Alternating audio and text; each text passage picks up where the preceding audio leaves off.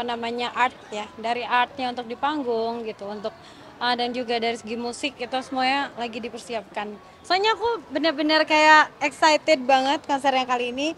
Aku pengen memberikan banyak hal yang belum pernah aku apa namanya belum pernah aku lakukan di konser aku sebelumnya gitu. Tapi udah ini loh, maksudnya kayak latihan fisika, mungkin latihan teknik suara, kayak udah kayak gitu-gitu loh sih. Ya kalau latihan-latihan vokal sih ya, tapi kalau untuk yang intensif banget sih belum. Nanti mungkin habis lebaran. Bentar. Gimana?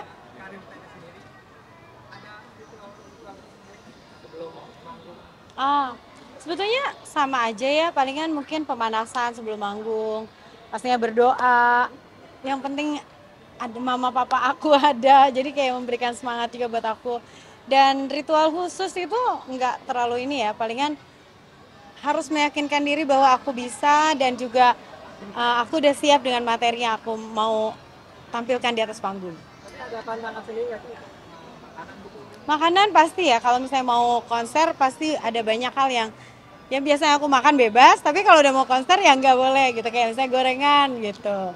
Jadi pelampiasannya begitu turun panggung habis itu harus sudah ada gorengan di atas mejaku setelah konser.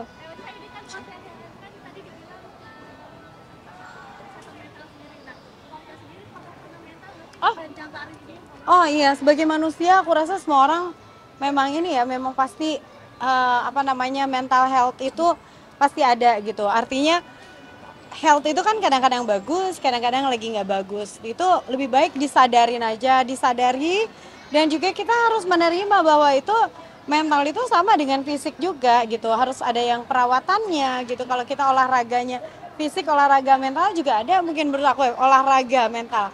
Misalnya dengan mengapresiasi diri sendiri, belajar mengapresiasi, belajar berterima kasih buat diri sendiri.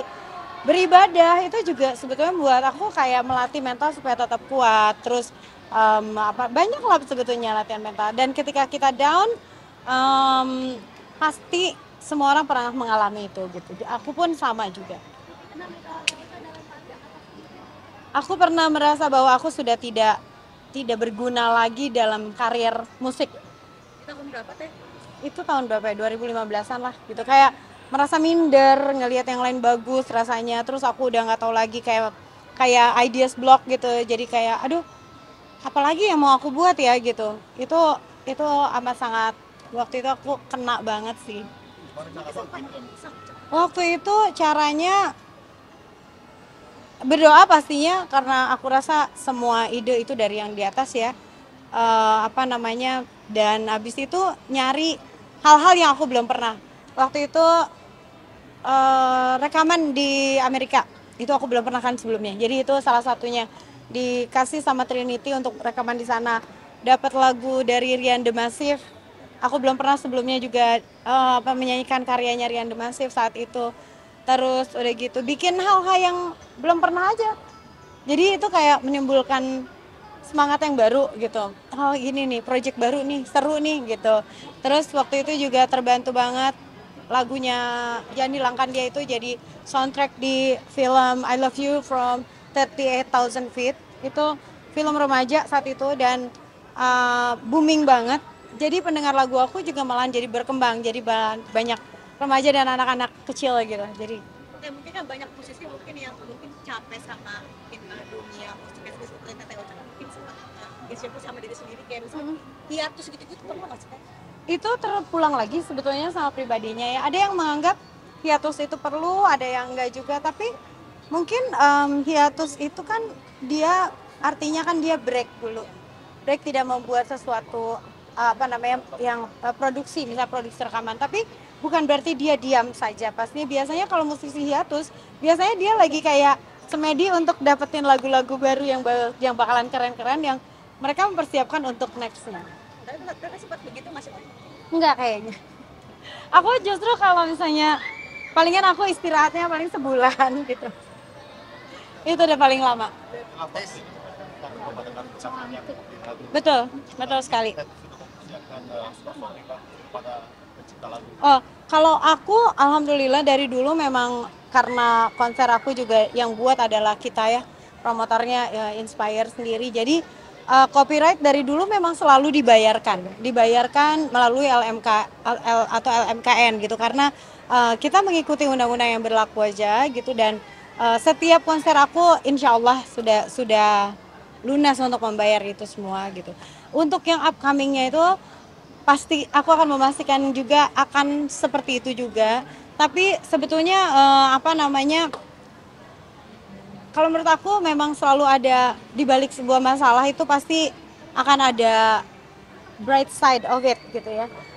Contohnya misalnya aku juga jadi lebih care lagi juga untuk bertanya sama pencipta lagu aku gitu, pencipta lagu yang membuatkan lagu buat aku tanya gimana bagaimana hak mereka, apakah didapatkan. Sebagian ada yang berkata bahwa mereka dapat juga, dan sebagian ada yang berkata mereka ya nggak semaksimal itu gitu. Dan menurut aku penyanyi dan pencipta lagu itu memang satu perahu ya, artinya memang tidak akan mungkin ada lagu terdengar oleh publik tanpa ada penyanyi yang menyanyikannya. Tidak mungkin penyanyi itu tidak menyanyikan lagu, karena namanya juga penyanyi, kalau enggak namanya instrumental kan gitu ya. Jadi dua-duanya saling bersinergi. Jadi semoga bisa dicarikan jalan keluar yang baik, yang sesuai dengan dan disahkan oleh undang-undang gitu, dan menjadi keadilan buat semua pihak, buat aku sih. 9 Maret Hari Musik, apa musik buat diri sendiri? Musik. Dan harapan kedepannya seperti apa? Buat aku musik adalah salah satu bagian dalam hidup aku. Pastinya dengan musik aku bisa menjadi semangat, dengan musik aku bisa kreasi gitu, dan dengan musik aku bisa memberikan kontribusi kepada banyak orang gitu. Ibu mau masuk TV. Ika memasuki bulan Ramadan, versi terbaik menurut Teteh sendiri di bulan Ramadan seperti apa nih Teh? Gimana? Versi terbaik Teteh di bulan Ramadan ini seperti apa sih Teh mungkin? Di Ramadan ini ya, senang banget, alhamdulillah, bersyukur kita diberikan kesempatan untuk menjalankan ibadah puasa lagi ya. Dan kali ini aku ingin lebih banyak bermanfaat lah gitu. Kebetulan aku sama teman-teman aku di kampung halaman aku di Sumedang bikin namanya Warung Sawios, dulu Warung Sawios 2000-an. Jadi biasanya kita setiap hari ada menu buka puasa. Harganya tuh biasanya 15.000 harga paketnya, tapi kita jual hanya 2.000. Jadi memang setiap hari selama bulan puasa, insya Allah tahun ini juga berbuat hal yang sama. Dan itu senangnya banyak juga, yang lain juga ikut saling menyumbang juga. Kenapa harus bayar? Karena supaya mereka juga merasa bahwa itu bukan minta-minta lah gitu. Jadi memang mereka mengeluarkan uangnya ditampung untuk membuat lagi buat hari esoknya lagi. Uang yang ditampung kita belikan bahan baku, terus kita masak buat besoknya lagi. Gitu. Harinya udah habis berapa? Cukup lumayan banyak ya, ratusan biasanya setiap harinya. Alhamdulillah. Mudah-mudahan ini juga bisa ngajak buat teman-teman semua. Ayo sama-sama mumpung di bulan suci ini kita bisa berbagi lebih banyak lagi buat orang lain. Terjun langsung ke sana atau gimana Teh? Terjun langsung. Kebetulan aku sama teman-teman aku SMA sama keluarga aku lah, adik-adik aku juga. Dan banyak ibu-ibu di Sumedang juga yang memang jadinya ikut senang-senang ya. Ada, terutama misalnya kita ada uangnya, kita beli di warung, jadi kan kayak membeli dan membantu UMKM setempat gitu. Terus banyak juga anak-anak sekolah dulu yang jadi volunteer gitu, jadi mereka yang nungguin ngebagi-baginya gitu. Seru banget. Ngajarin apa? Oh iya, insya Allah lah, mudah-mudahan mereka melihat kan, anak itu biasanya melihat bagaimana orang tuanya. Mudah-mudahan kita sebagai orang tua memberikan contoh yang baik. Teh, kemarin sempat minum sebelum azan tuh Teh, ceritanya Kok tahu sih? Gimana tuh ceritanya Teh? Emang nyebelin banget. Jadi, kok tahu sih? Jadi ceritanya, kan biasa ya orang-orang suka punya azan di handphonenya ya kan, tiba-tiba berkumandang lah tuh azan. Aku yang sudah menanti-nantikan kan, udah standby gelas nih, langsung minum. Allahumma lakasum tuh. Tahunya beda 3 menit apa 4 menit. Gak apa-apa lah. Kenapa? Minumnya terusin nggak? Atau Ya, tadinya kan berhenti dulu, belum azan. Dia tunggu dulu beberapa menit, habis itu baru azan benerannya dari masjid. Waduh. Azan digital ternyata lebih awal. Mungkin seorang kocak kan mungkin udah mau 3 dekade di berkarya sendiri. Teteh sendiri kayak ngerasa umur berapa akan gantung mic atau seterusnya akan nyanyi terus? Kayak ring ya. Buat aku tuh nyanyi memang tidak ada, karena musik itu kan ageless sebetulnya ya. Mungkin kalau yang hal yang bentuknya fisik itu ada certain age gitu ya. Tapi kalau musik itu ageless gitu. Jadi makanya lagu aku bisa didengerin sama anak-anak kecil, anak-anak muda gitu, dan ataupun yang lebih dewasa daripada aku gitu.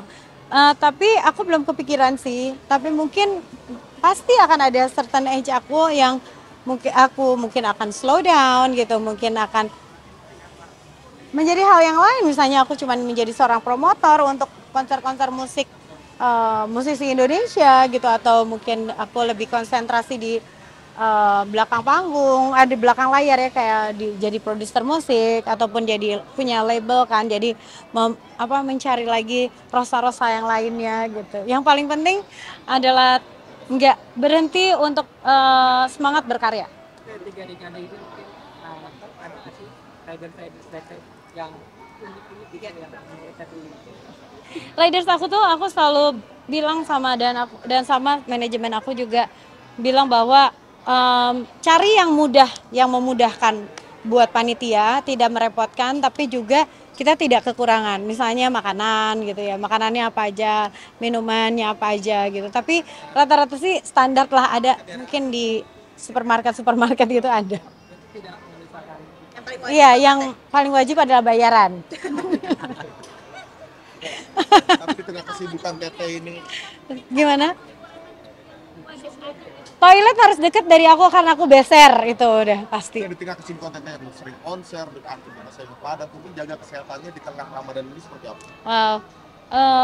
Minum air putih yang lebih banyak gitu. Terus makanannya juga mungkin menghindari makanan-makanan yang kayak terlalu pedas misalnya, atau apalah gitu. Harus dijaga itu aja sih, karena aku punya sakit asam lambung juga. Olahraga ini Olahraga pas sekarang ini baru hari keempat kayaknya, belum sih, aku belum olahraga. Masih banyak rebahan. di boosting sama vitamin gitu. Vitamin ya, vitamin. Nah, Rizky itu sekarang sudah besar nih, Iya. mungkin ada kekhawatiran nggak sih dengan pola Sekarang Rizky lagi mempersiapkan diri ya, mau ke universitas. Harapannya mudah-mudahan diterima di universitas yang dia inginkan gitu. luar negeri apa gimana kan LDR? Rizky maunya di Indonesia aja katanya. Ambil seni nantinya teh ngambil apa? Belum tahu. Dia udah tahu, tapi nantilah mudah-mudahan dia ada rezeki ya. Tapi mengenai sama Udah belum ya? Gimana? doanya apa betul betul. Oh, semoga Konser aja ya, sekitar konser wawancara. Oke. Semoga dengan konser ini Here I Am ini juga menyemangati teman-teman lain untuk selalu happy untuk berkarya gitu ya. Dan konser kali ini kan cukup berbeda. Konser kali ini berkolaborasi dengan berbagai genre ya. Dengan berbagai ini juga kayak misalnya tadi environment gitu. Aku pengen bukan cuma sebuah pertunjukan musik aja, yang pasti kalau udah duduk pertunjukan musik akan aku berikan yang terbaik. Tapi selain dari itu aku mau mengajak juga buat orang-orang untuk juga berkontribusi terhadap lingkungan. Makanya tadi aku menggandeng berbagai macam yayasan dan juga company untuk bisa juga memberikan kontribusi. Karena lingkungan yang kita injak ini, bumi ini juga udah semakin tua, jadi mungkin dibutuhkan kita semua untuk menjaganya gitu.